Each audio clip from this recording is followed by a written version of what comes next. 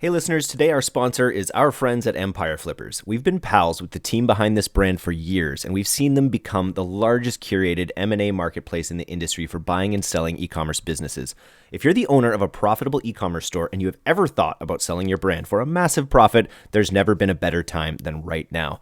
You can check out what your e-commerce store is valued at by going to empireflippers.com/valuation-tool. Just answer a few simple questions and they'll give you an automated valuation based on real sales data from businesses just like yours that sold on their platform. On with the show.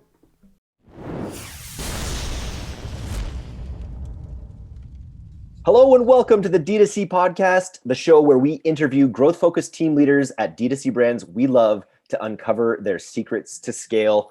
I'm Eric Dick, and today we are really lucky to have Elena Lécué, CMO of Dropps, a D2C company creating green household products like laundry and dishwasher detergent. Dropps was started as a retail-focused CPG brand in 2006, but has pivoted aggressively to D2C in the past few years exclusively so. And Elena oversees brand growth, revenue, and innovation for Dropps, and they have seen some incredible growth over the past 3 years since their switch to the D2C focus. So let's get into it. Welcome to the D2C podcast, Elena. I wanted to start just with your, what's been your biggest insight that you've had in the past year driving D2C growth with Dropps? Yeah, I think the biggest insight for me was about the importance of brand messaging in the UX experience directly influencing the revenue outcome that, for the company. It's been amazing. We'll talk about our rebrand, or I want to say brand refresh. It wasn't like a huge overhaul, but we fine-tuned and tweaked a few things, and we're able to see a direct impact on the revenue piece. And for me as a growth marketer, this is the most exciting thing.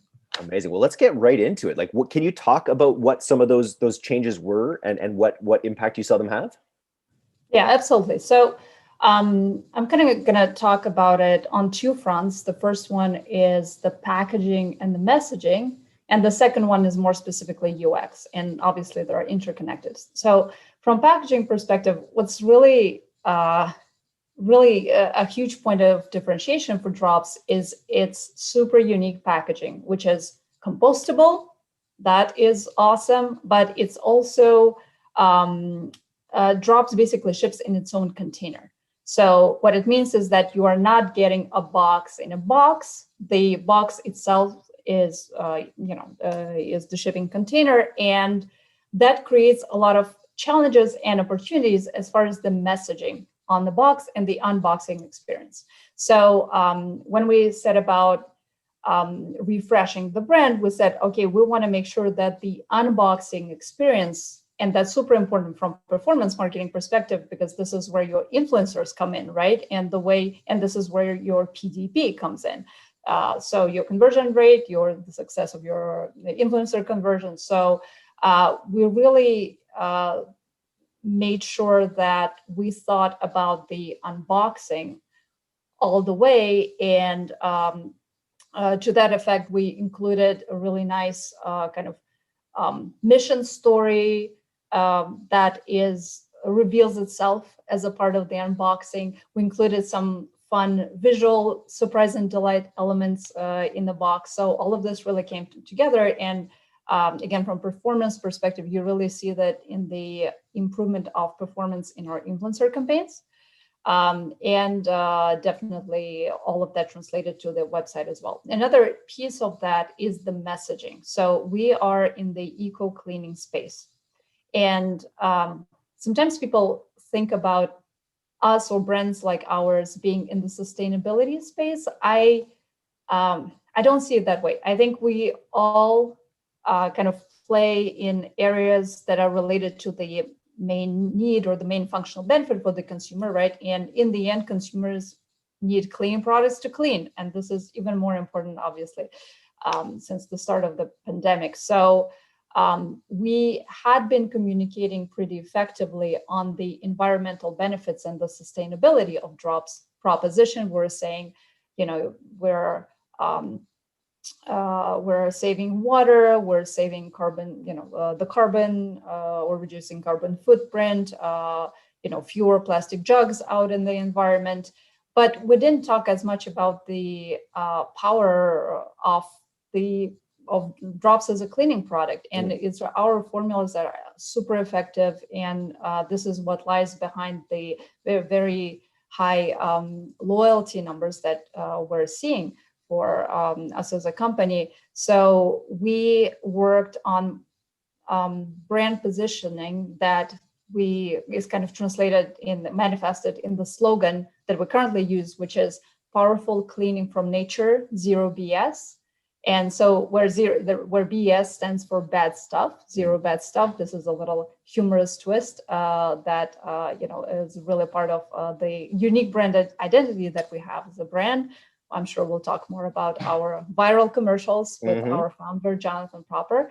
But I think this statement really brings to life the two aspects that need to be balanced. It's the functional benefit of powerful cleaning and reassurance of zero bad stuff, and kind of the environmental effect that is implied there as well.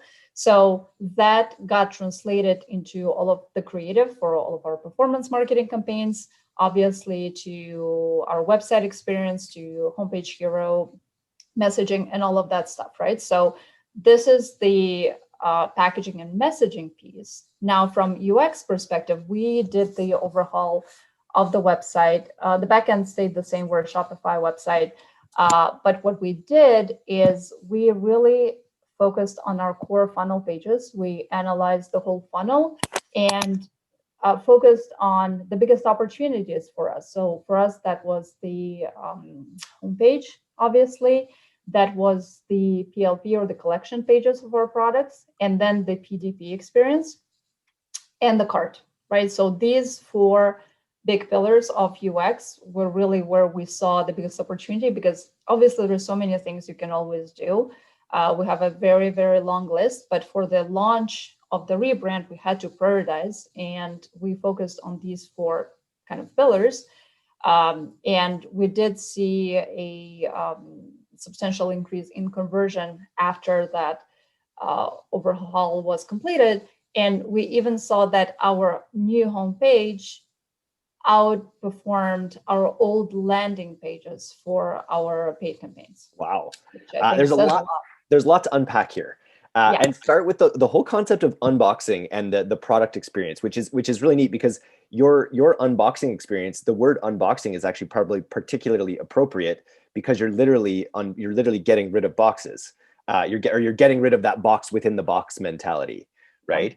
Can you give me a specific example of a way that in that unboxing experience you created delight? Because I think you nailed it when you say that. That's obviously what you're trying to accomplish anytime you have an unboxing experience. You really want that feeling of delight. Can you give us a specific example of something you did there? Yeah, so a couple of examples. So one, it would be easier to show visually, but essentially when you open up the box, it's a modular box. It has two compartments, and it sort of opens up like a butterfly. So in the middle of that butterfly, you have a very cute kind of designed space with a message about our mission that is signed by our founder, Jonathan Proper, and which is written in a very Dropps kind of, with some light humor, but also really warm, fuzzy feeling about what we're here to do. So that both influencers and consumers who have been exposed to this have reacted very well to. We also created something that is, which is a visual element. We call it internally a power scope. What it is, it's kind of a symbolic expression of what the product is and does. And it has a kind of a similar structure, but it also is different by product type. So you might see, the way Oxy Booster type of product creates, sort of like bubbles, and you will see bubbles in that treatment. In the dish, you will see kind of an outline of a glass. So kind of hard to explain. If you look at the Dropps logo, if you're listening to this, make sure you go look at the Dropps logo, because I think that the Dropps, it's sort of a theme that you probably took from that, because in the Dropps logo is, a real description of how you use the product. There is a drop. Yeah. You drop a product, it looks like a drop. Definitely Dropps is a name that works really hard for us. And we did update the logo as a part of the rebrand. But that Power Scope is just it's a very aesthetically pleasing, beautiful element, but that also works hard as far as kind of symbolically explaining the power of cleaning from nature, everything that's in this updated brand positioning and brand statement. It brings it to life in a visual way, and it's just kind of like a beautiful experience when you unbox. And then, by the way, there is a kind of a functional piece there as well. We try to leverage our website to the max and connect it as much as possible to the box experience. For example, we have a QR code for reorders at the bottom of the box. So imagine you're running out of pods. You can have like maybe 3 at the bottom there, and you're seeing the QR code and it says time to order, go to dropps.com. And obviously the QR code makes it easy. That's like an advent calendar mentality a little bit, right? Where you open it up day after day, and then only when you get to the part where you, that's really a neat way to think about it. Yeah. And then, the more people, the more obviously visits we get to the website, the better chances we have at engaging the consumers on the website, exposing them to other products in our collection, and all of that. And the other piece is we didn't want to cram too much information on packaging as well, and usage instructions for our product. Usage instructions are important, but we printed a link, simple link. It's dropps.com/how-to, where we said, okay, 1 pod per load. Drop it directly in the drum. These are the 2 things everybody needs to know that are printed on packaging. But everything else, all the details and kind of different usage instructions for different products beyond these foundational instructions, all of that is in the how-to section of our website. And again, our packaging uses a simple link to point to that. And the more people go there, the more chances we have to convert and keep them engaged. I'm really hearing the cohesiveness of your whole approach is really critical. It's a really holistic approach where you're bringing people into the product, bringing them into the website, and that you have a huge amount of consistency in your messaging. I imagine that's been a big key to the success of all this. Yes, that was really the MO for the entire team. It was beyond myself, it's the entire marketing team, but also the dev team, a creative partner who worked on the project, and big collaboration that took longer than we thought, and every single extra day was worth it. Amazing. Now let's talk about the 2 sides of eco products. One of them, I think, has got to be education. Just letting people know what goes into these products, what makes them different, what makes them better for the environment. But none of that even matters if the products don't work. So you've got to then, I think back to the old like Tide commercials and things like that, where really you have people, showing that these stains are removed or things like that. Yeah. That they actually work. So let's start with the education piece, and how critical that's been to sort of like bringing people into this sort of eco product mind frame. Yeah, I think definitely. I think the first key to success is simplicity of messaging and making the environmental impact extremely tangible. So for us, what does it mean? We're saying that thanks to all of our customers, we've been able to keep over 2 million plastic containers out of the environment. You see that, you kind of get it. You're like, okay, this is a compostable box. I could go and buy some Tide in a plastic container, but really, maybe I could do better. So things like that are much more effective. Anything that's quantifiable, what you would call in marketing a hard claim, so much more effective than more vague statements about, our mission and vision, which is also important. But sometimes, when you need to be to the point, these quantified hard claims are really the way to go. And visual claims too. You could say this, it helps the ozone layer or something, but that's such an abstract concept for so many people. Or this helps global warming or things like that. But that idea of tying it to the physical aspect of 2 million, laundry jugs is absolutely key as well, I imagine. Yes, absolutely. And then again, going back to what is the main functionality of the product, the cleaning power. I mean, the tried and true before and afters is something that absolutely works. Our products are, thanks to their formula, extremely effective. Some of the, I think, leading products as far as efficacy. There are. It's hard to make hard claims on that for multiple reasons, especially for a small company. But Dropps has, one thing I will say about Dropps is that it's a company that prioritized R&D and the quality of the formula from the beginning. And I'm not going to talk about our direct competition, but in general, many D2C companies are companies that are mainly marketing and growth companies with, a lot of functions like operations, supply chain, R&D, formulation outsourced, and all of the power is in the brand. Dropps, because it's a brand that wasn't born yesterday, it's a brand that started like back in the 90s, and that formula was developed and then subsequently upgraded since that time, has only gotten better. Plus, we do have internal R&D capabilities, something that's really important for our company. The quality and the performance is there. So one of my goals for the coming months and the coming year is to further explore how the efficacy message can be relayed in different ways, and test creative around it and things like that. Very cool. Why are top D2C entrepreneurs hiring accountability coaches? Commit Action will pair you with a dedicated coach to act as your second brain, helping you break down big goals and prioritize and execute consistently. Go to commitaction.com to give it a try. D2C newsletter readers get $50 off their first month of coaching with the code DTC50. I had a question too. I noticed here that you spent a lot of time at Danone, which is one of the biggest corporations in the world. And I'm interested in just some of the things that you took, when you made the jump to a D2C, digital first, D2C only kind of brand. What I'm interested in what that transition was like. What are some of the things that you love about the D2C space versus the more corporate enterprise space? And what are some of the things that you're really glad that you learned while at Danone that you brought over to Dropps?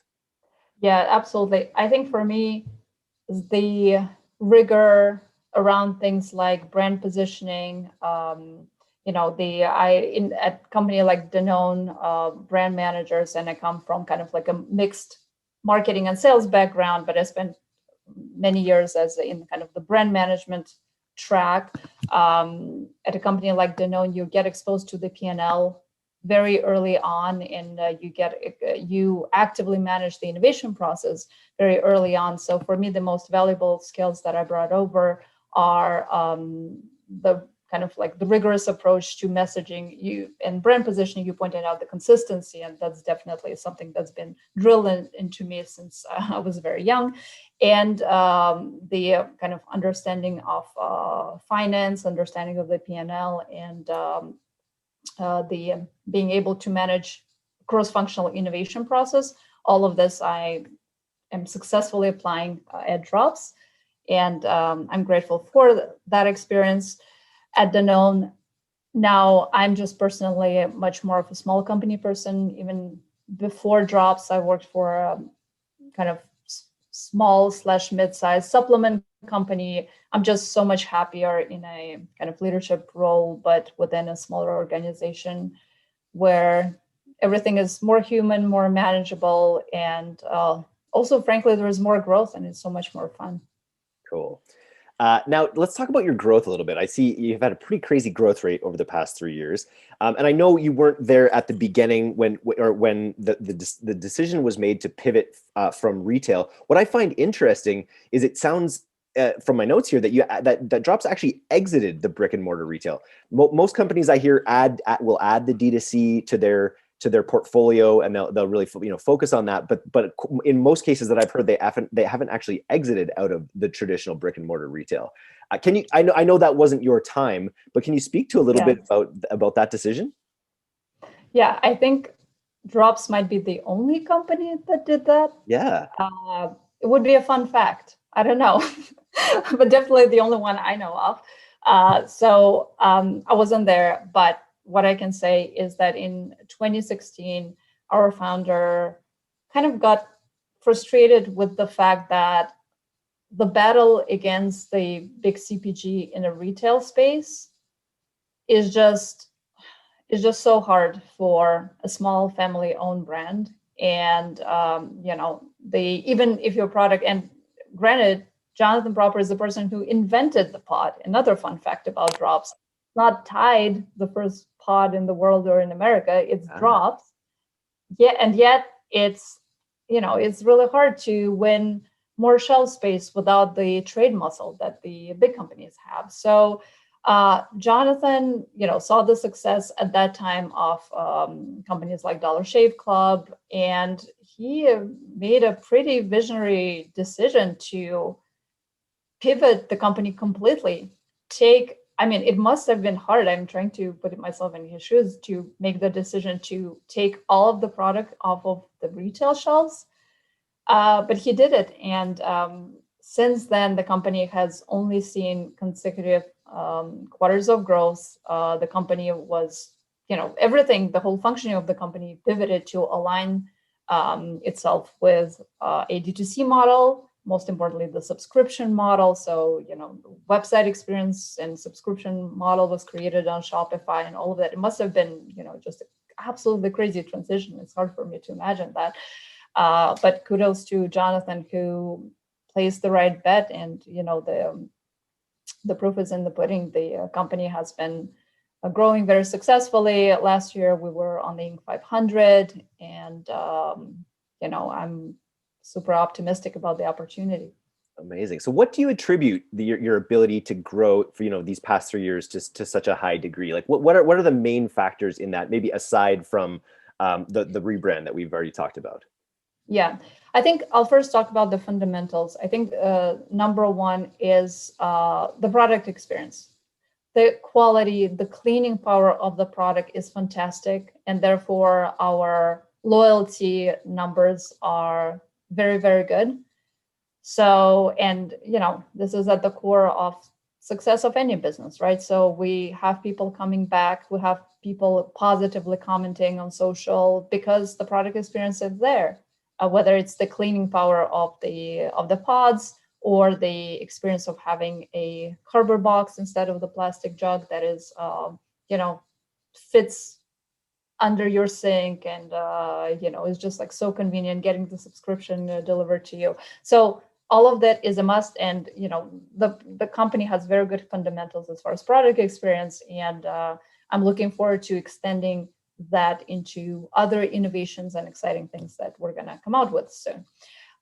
Now, the second growth factor was definitely the viral commercial that we refer to as the Naked CEO, but its real name is The Naked Truth About Laundry, which is available.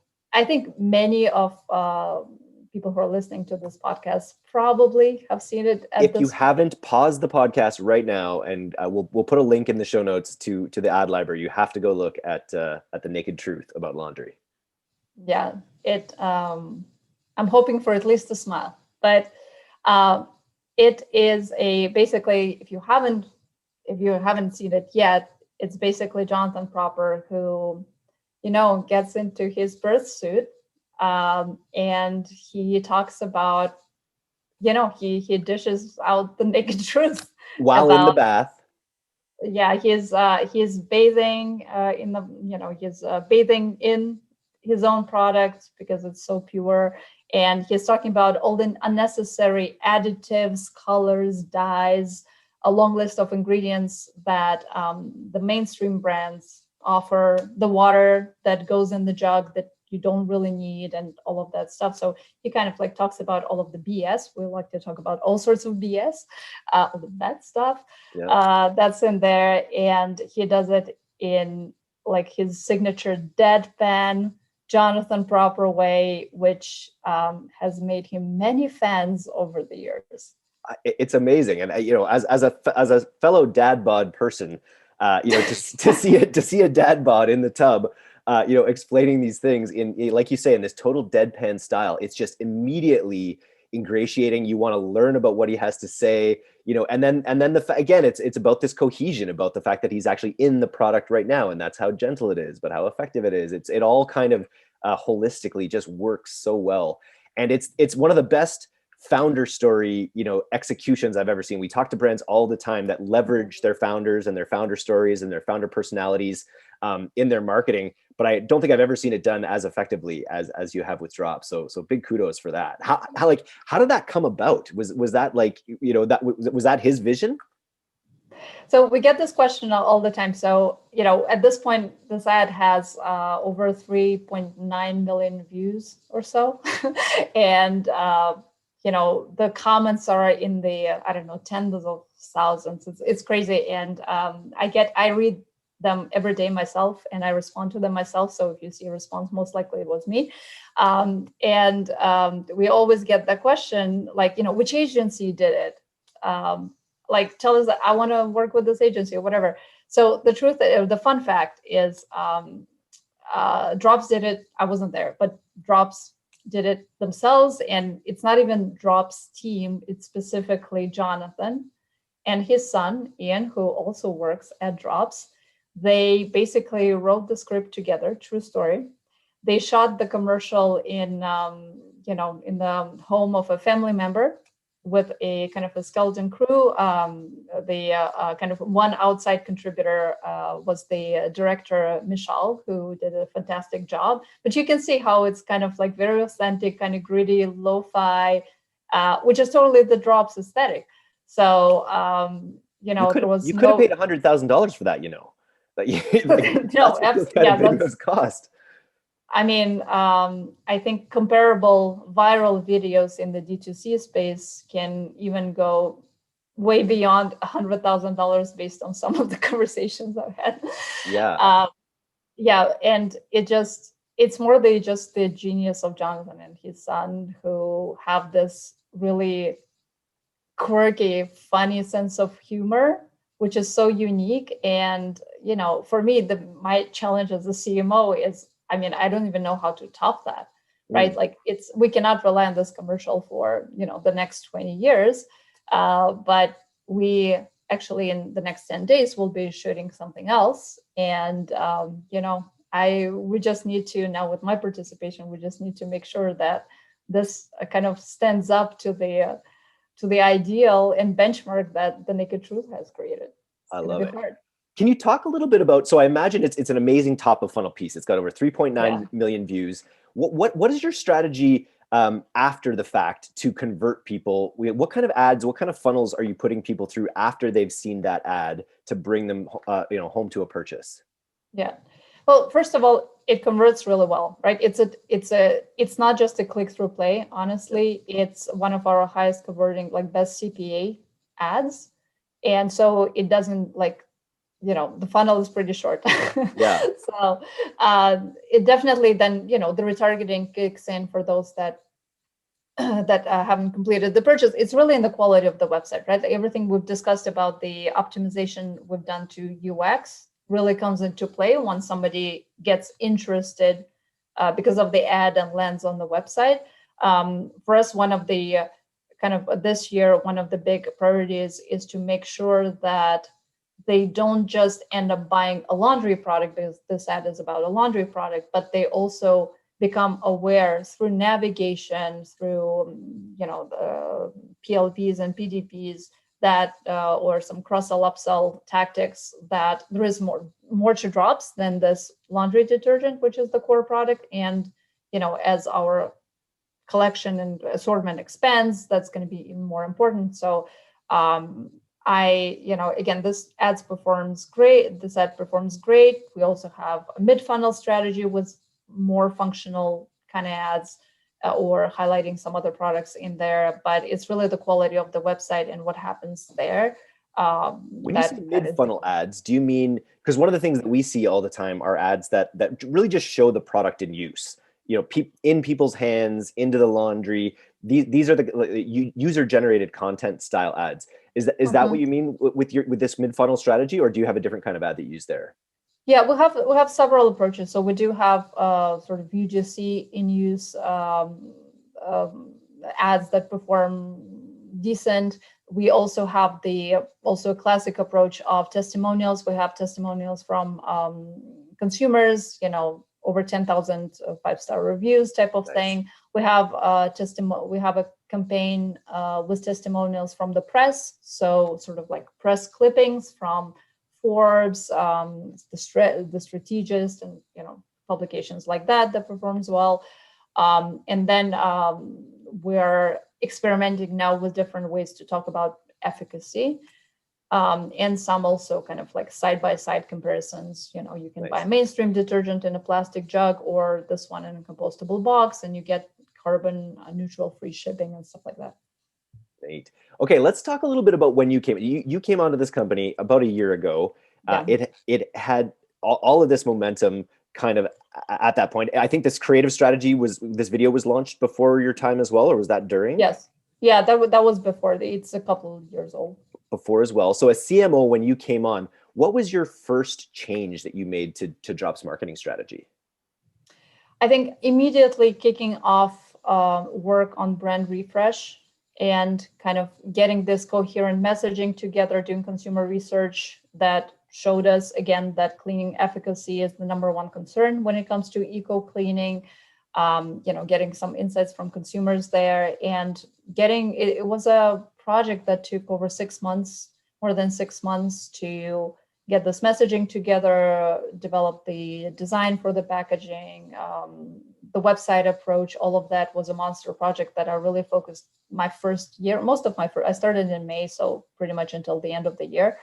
That was my key key focus, and this year the focus is on continuing to improve performance metrics on along the funnel.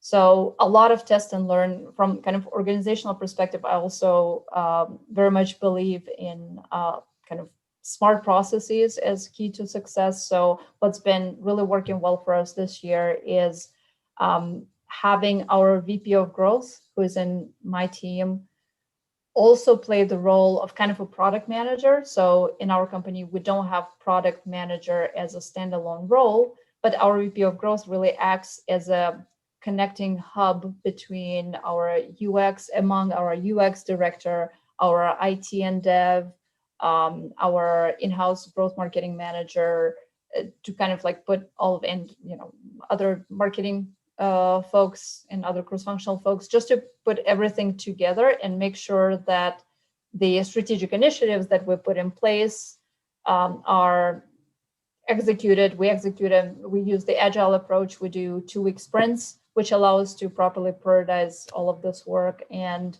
it took us some time, I think, in previous year to kind of, as a few new people got hired, it took us some time to find our way, but now I feel like this approach works. And this kind of smart process for me was a big focus for at least Q1 of this year. Now I'm seeing it working. And now it's all about execution of the priorities. And again, making sure that the UX properly supports exploration and discovery of products in our range beyond the core products of dish and laundry detergent. Love it. So I imagine with your marketing, you've got a pretty healthy split between your paid advertising, your earned awareness that you get through things like PR, and your owned audience. Can you talk about roughly what that split is? As most D2C companies, I think the paid remains a bigger engine of growth than organic. As far as PR, the way we work is we have an in-house PR manager who works for us part-time, an absolutely amazing person who also is so talented in so many ways, and he is also now contributing to our content strategy. You will start seeing him in our new series that is called the Zero BS Home. Our PR manager works with publications, digital and print, to make sure that our voice is heard and we're represented in roundups for 10 best cleanup eco product cleaning products and stuff like that. It's an important. I really love having PR in-house, not relying on the agency. Is just so much we're just turning things around so much faster. So many things just don't get lost in translation. I think that's it's a great compliment. Yeah. I just don't know, is it a huge growth engine? It's an important growth engine, but definitely not to the scale of paid, as I would imagine. But it's also things that, as you mentioned in your paid, that you use it to fuel your paid as well. It becomes one of those mid-funnel strategies. Yeah, absolutely. That's the connection, right? Those ads mentioning press outtakes, press clippings perform pretty well. Very cool. And then what about owned? Like in terms of your email strategy, you're obviously trying to make people more aware of your full range of products. I'm sure that's a big part of it. We always love to ask about email strategies, and then as well as SMS. Can you talk a little bit about those? Yeah, so SMS is something we just started very recently. So it was definitely, as far as priorities, we, of course, since last year, we wanted to do SMS, but you can only do so much. And the brand refresh project was the big one we focused on, but we did kick off SMS this year. So don't have anything to report, but it's definitely something we want to, explore. And I am super optimistic about what this can bring. What we do as a team, we spend a lot of time collecting best practices, just great, SMS flows that we see as consumers. We take screenshots, we exchange. We have for email, same thing. We actually have email account, which is like email inspo at dropps.com, where we just forward the emails that we like, but then the whole team gets to see that with our own comments. So that's just a small hack that works really well. Email, definitely a huge low-hanging fruit for us. We've been going much deeper into segmentation, and we updated recently our cancellation flow, our first time customer flow. We updated all of the templates with the new look and feel on the brand. That actually translated into improved CTR on the emails, and I don't know. It's really bad. I feel like there is so much that can be done in email. You can go so deep. I don't know if we just haven't had the resources, I think, to go as deep as we want to. But this year, this is changing again. One of our big priorities is to have much more sophisticated email flows. Nice. One of the things I uncovered, looking at your ads, was the sort of accidental relationship you developed with Jennifer Garner, who's a favorite actress of mine. I saw the video that she made about her doing laundry. She's doing this kind of silly dance, and she's got drops in the background. Can you talk a little bit about how that came to be and how you capitalized on it? Yeah. So what happened last year? I had just started at that time. It was May. Everybody was going slightly crazy, because of the pandemic, but we didn't really know what was ahead. And so people were just, started doing all sorts of silly stuff and filming themselves on TikTok, but also on other platforms. And by pure chance, because Jennifer Garner she didn't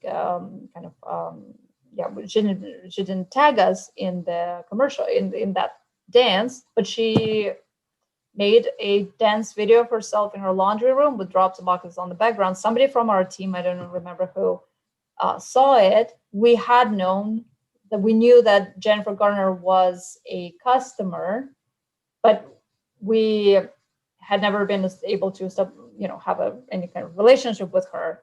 I wish I could say that after this dance, magically, we're best friends, and she does commercials for us for free. But it's not the case, but she still remains a satisfied customer. But what we did is that inspired us to shoot a commercial where Jonathan did not a spoof, but he actually copied exactly what Jennifer did. but I guess with a few kind of like humorous twists with the dog and all sorts of shenanigans that only Jonathan is capable of. So it's amazing that it was such a seamless fit, that her sense of humor in that video, she went deadpan, and she's literally doing a dance that's like a drop. Exactly. It's just the same literally vibe. like a drop dance. Yeah, exactly. It was like a drops dance. So when I saw that, somebody told me, "Hey, look at this." I said, "Jonathan, tomorrow you're filming. I don't know how, but you're filming this tomorrow." So we just organized, like within 48 hours, we made it happen. And then that was also the first video that we came out with on TikTok for our account. We created our account and put it out on TikTok. And then we also launched a dance challenge where we invited our followers and customers to dance, and every dance was a certain dollar amount of donation to Oceana, who's our biggest sustainability partner. So even though it wasn't like we created a direct connection with Jennifer Garner, but we capitalized on that, and then it became an organic video. It was an organic video. It was our TikTok launch video. It became a paid ad, pretty high performing paid ad, where we just had to cut it down a little bit and adapted the messaging so the ad would work. So we got a ton of mileage out of this silly idea that I had to recreate the Jennifer Garner dance. Amazing. One of my friends is Ryan McKenzie, the CMO and co-founder of True Earth, and I was chatting with him that I was going to be doing this podcast with you guys, and it brought up an interesting point. How do you view competitors in this sort of green eco space? Yeah, so it's a great topic. We love our competitors in the green eco space. Because, and we actually, there was a point in time last year where we did a post about it on Instagram, which was one of our highest engagement posts of all time, where we essentially said, hey, competition doesn't matter. Like the more eco cleaning brands there are, the more change the faster we can create a change. So totally, we're all, I mean, it sounds cheesy, but we truly believe that we're all in this together. So you will never see Dropps making, let's say, competitive comparison to another green competitor, or kind of trying to establish some kind of superiority over somebody else who is fighting the same fight.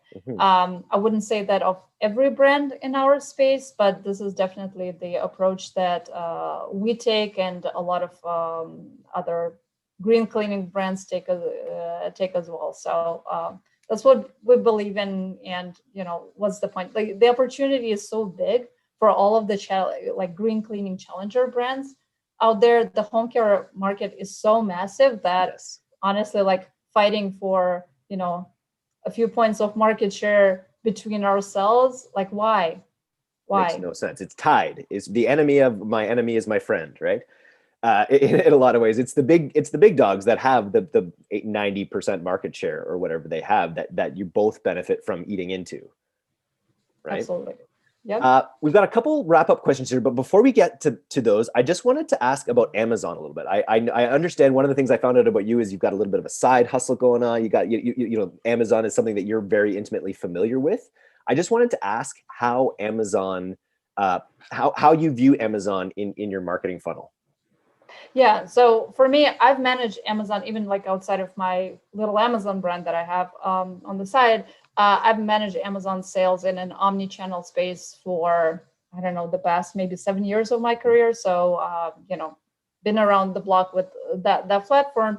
I want to say that for us, Dropps, not every D2C brand is on Amazon. Some of them are. I know most D2C brands ask themselves the question. The way I see Amazon strategy is really, it's about an opportunity, having an opportunity to bring new customers into the fold. So I really see it as a trial channel, and take it for what it's worth, right? Because of course, the profitability on Amazon is different. You need to play a lot of cards right for your Amazon strategy to be successful. There's a whole art and science to that, which you need to execute really, really, really well. But if you do, it's a really unique opportunity to convert away from those mainstream brands that you are looking to convert from, and also get to that more mainstream customer. Like we have customer segmentation, and the customer that buys, let's say, Tide, is not going to be as likely to give their credit card for a D2C subscription, but they still shop on Amazon. So at this point in time in 2021, this might be your only chance to ever speak to them or expose your product to them. Of course, like I would be remiss to say that there is something that we're working on is working on the certification for shipping in own container, because having our box arrive in an Amazon box I don't particularly love that, but there are ways around that. I think there is, more kind of not pressure, but the more sustainable brands are successful on Amazon, the more it pushes Amazon itself to increase its sustainability profile, and just in general, the sort of, fair compensation and all of the practices that Amazon undertakes. Yeah. So for us, we actually developed a smaller trial box size specifically for Amazon. It will probably make its way to our D2C as well, but we almost like tested it out on Amazon with a price point of under $15. Again, as a conversion vehicle. So like for most people I talk with in my network, when they ask questions about D2C, omni-channel strategies, I always say, well, what can Amazon do for you as a trial vehicle, and how can you adapt your assortment? Definitely don't put like all of your whole catalog out there, right? Like, what are the flagship products you have? Can they be available in a smaller size at a lower price point? Can they be available in a bundle, like a variety pack? People love that on Amazon as well. That works really well. So definitely you cannot just, apply whatever you have on D2C straight on Amazon, but with some smart tweaks and really knowing what you're getting out of the platform and the price you have to pay as far as fees and profitability. I think all of that can come together in a kind of a coherent digital omni-channel strategy for a D2C brand. That's great. And I haven't actually heard that yet. And I really think that's a smart move. And especially when you've invested so heavily in your entire website experience and your ability throughout the product experience to get them onto your website. So that you will, you use Amazon to fish where there are a lot of fish, have the right bait for that audience, and then really do everything that you can to kind of move them over to the website experience if you can. Yeah, exactly. Because again, remember, I have that QR code. There is a QR code on the bottom, yep, which is also on the packaging that goes to Amazon, because it's the same packaging, which says you're out of product, time to reorder. And it doesn't go to Amazon, it goes to the website, right? So it's one of the things we thought about as we, when we developed the packaging. But I also understand some, whether for sometimes ethical reasons or like, I don't know, sometimes D2C brands choose to stay away from Amazon. And I think it's totally fair. It's not the same answer for everybody, but I'm kind of more pointing out, this is, if you wanted to, this would be potentially the way to think about it as a way to bring more people into the fold. Very cool. All right. Well, we could go on all day with this, but I know we're pressed for time here. So if people want to know more about Dropps, drop the URL for us. Let us know how they can try this amazing product at home. Yeah, Dropps.com. We also offer a 30-day risk-free trial, and you're going to get the best price if you're subscribed. Nice. Okay. Thank you so much for coming on today, Elena. We'll have to catch up again soon. And yeah, really appreciate it. This is awesome. It was great, Eric. It's been a pleasure. Okay. Cheers. Bye. Cheers. Bye-bye. Bye-bye. Thanks everyone for listening. This has been another great D2C podcast. If you haven't already, make sure you go to directtoconsumer.co. You can subscribe to our twice weekly newsletter filled with amazing insights that we pull from these podcasts. And then also make sure to rate us on all of the applicable platforms. Give us a 5-star rating on iTunes. Give us a 5-star rating anywhere you can. And otherwise, we'll catch you on the next podcast.